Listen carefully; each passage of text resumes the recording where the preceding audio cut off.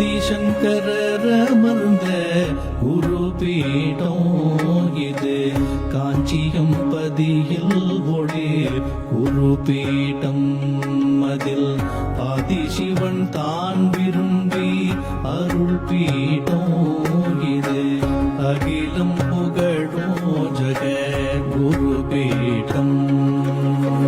குருநாதா குருநாதா சந்திரசேகரேந்திர ஜெக